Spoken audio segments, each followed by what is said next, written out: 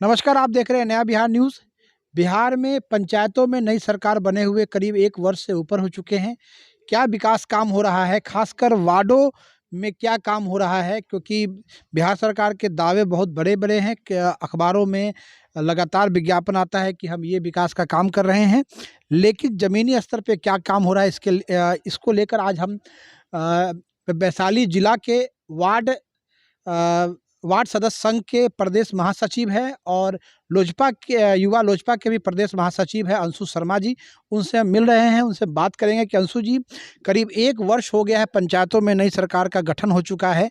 सरकार बहुत सारे दावे कर रही है, हम ये विकास का काम कर रहे हैं, लेकिन वस्तुस्थिति विकास का काम क्या हो रहा है? नल जल की योजना हो, स्ट्रीट लाइट की योजना हो, इंदिरा आवास की योजना हो, ये तमाम बातों पे हम आपसे जानकारी लेंगे कि क्या एक्चुअल विकास क्या हो रहा है, असलियत में विकास क्या हो रहा है।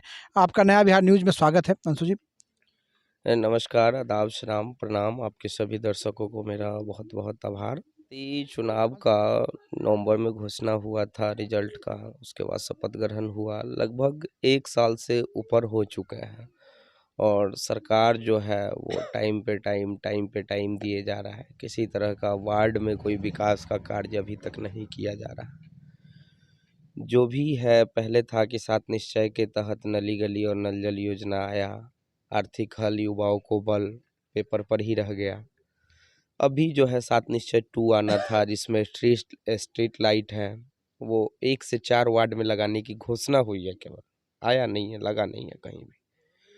और सबसे ज़्यादा देखिए, योजना तो योजना की जगह है, काम आज न कल होगा, लेकिन जो छोटे छोटे प्रॉब्लम्स होते हैं पंचायत स्तर पे, कुछ ऐसे लोग होते हैं गाँव में, ज़्यादा गरीबी व्यवस्था है आज के डेट में, वहाँ पे विधवा महिलाएं होते हैं, उनका पेंशन का समस्या है, आपका वृद्धा पेंशन का समस्या है। उससे भी ज़्यादा कहीं अथक है कि राशन कार्ड का जो समस्या है। राशन कार्ड क्या है कि जब से आधार सीडिंग का जो सिस्टम मिला है, बहुत सारे गरीब जिनके पास राशन कार्ड है, समझ में नहीं आया, या वो कहीं घर में नहीं थे, कहीं और थे, इस वजह से उनका राशन कार्ड बना हुआ तो है लेकिन राशन नहीं मिल रहा है, उनका नाम कट गया। अंशु जी, एक सवाल हम इस तरह आपसे, से ये वार्ड सदस्यों के साथ जो दिक्कत हो रही है, क्योंकि पूर्व में जो वार्ड सदस्य थे जिन्होंने नल जल योजना का काम किया, जी। और बहुत जगह ऐसा सुनने को मिल रहा है, देखने को मिल रहा है कि वो जो पूर्व के जो वार्ड सदस्य हैं, नए वार्ड सदस्य को उन्होंने नल जल योजना की चाबी नहीं सौंपी है। अनुरक्षक का मामला भी पेंडिंग चल रहा है। कहीं-कहीं नल जल योजना अनुरक्षक की लड़ाई को लेके, वार्ड सदस्य की लड़ाई को लेके बंद है। इसके विषय में आपका संगठन क्या काम कर रहा है? देखिए, मेरा संगठन तो काम कर ही रहा है, लेकिन जहाँ तक आपने नल जल योजना से संबंधित अनुरक्षक का बात कहा है, तो जो भी बिहार सरकार का एक लेटर निकला हुआ है और पेपर में भी कई दिन विज्ञापन आया है कि जो भी व्यक्ति है, जो अपना निजी, जहाँ पे नल जल निजी ज़मीन में, अगर भूमिदाता जो है वो दान दिए हैं, निजी ज़मीन में नल जल है, तो अभी बिहार सरकार के लेटर के अनुसार अनुरक्षक जो है वो वार्ड सदस्य है हर जगह पूरे बिहार में। लेकिन उसके लिए एक और नियमावली निकाला गया है संशोधन करके, कि आपका अगर आप ज़मीनदाता होते हैं और आपका अगर अनुरक्षक बनने का इच्छा है, तो आपको प्रथम प्राथमिकता दिया जाएगा ज़मीनदाता को। लेकिन उसका टर्म्स एंड कंडीशन ये है कि आप जिस ज़मीन पे नल जल बनवाए हैं, उस ज़मीन को बिहार के राज्यपाल के नाम रजिस्ट्री करना होगा, बिहार सरकार के नाम से रजिस्ट्री करना होगा। उसके बाद आपको अनुरक्षक के लिए प्रथम प्राथमिकता दिया जाएगा और अनुरक्षक आप बन सकते हैं, जिसमें मासिक सैलरी आपको 2000 रुपये नहीं, तो प्रति माह आपने मिलेगी। कहा कि वार्ड सदस्य अनुरक्षक के पद पर हैं, लेकिन जबकि सरकार ने कहा था कि नहीं, अनुरक्षक की हम अलग से बहाली करेंगे, जिनको 2000 रुपया महीना भी दिया जाएगा। तो ये काम अभी पेंडिंग है, ये काम हो क्यों नहीं रहा है? देखिए, ये काम पेंडिंग है, इस पे जल्द से जल्द सरकार को अपना कदम उठाना चाहिए और मैं तो चाहूँगा कि नियुक्ति हो, ताकि कुछ लोगों को रोज़गार मिले, कुछ तो मिलेगा। ये बहुत आपने बड़ी पूर्व में चीज़ है। आपके संगठन ने माँग उठाई थी कि कुछ जो मानदेय मिलता है वार्ड सदस्यों को, उसमें बढ़ोतरी होनी चाहिए थी।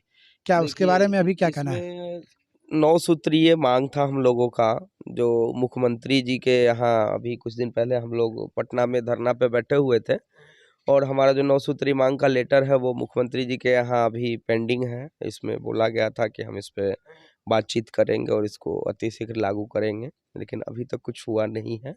केवल आश्वासन हुआ, आश्वासन के अलावा वार्ड नहीं, सदस्य को कुछ आप नहीं मिला। आपका संगठन एक साल में जो सरकार ने जो अभी नई सरकार बनी है, पंचायतों में जो नई सरकार बनी है, नए मुखिया आए हैं, चाहे मतलब जो कुछ भी एक साल हो गया है, क्या लग रहा है कि अभी जो काम हुआ है वो मतलब मापदंड के अनुसार से अच्छा हो रहा है या अभी में सो हो रहा है?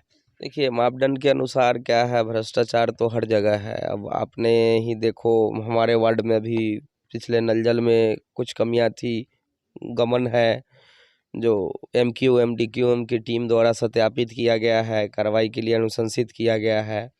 हमारे वार्ड क्षेत्र में लगभग 1500 फीट में रोड था, जिसमें 700-800 फीट हमने रोड अभी लड़के लाठी खा करके जनता के लिए मैंने लाठी खाया, दलालों से, चोरों से लाठी खा करके हम पे गोलियां भी चलाई गई।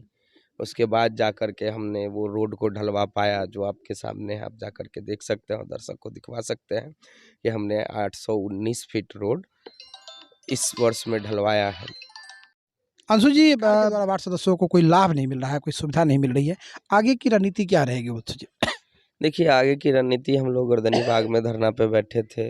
विजय सिन्हा जी माननीय, जो हमारे विधानसभा अध्यक्ष रह चुके हैं और नेता प्रतिपक्ष भी हैं, वो भी आए थे, हम लोग से मिले थे और आश्वासन मिला था कि इस चीज़ को सदन में उठाया जाएगा और जब तक वार्ड सदस्य को हक और अधिकार नहीं मिल जाता, तब तक हम लोग गरीबों से कदम में कदम मिला करके और सड़क से सदन तक संघर्ष करने का काम करेंगे।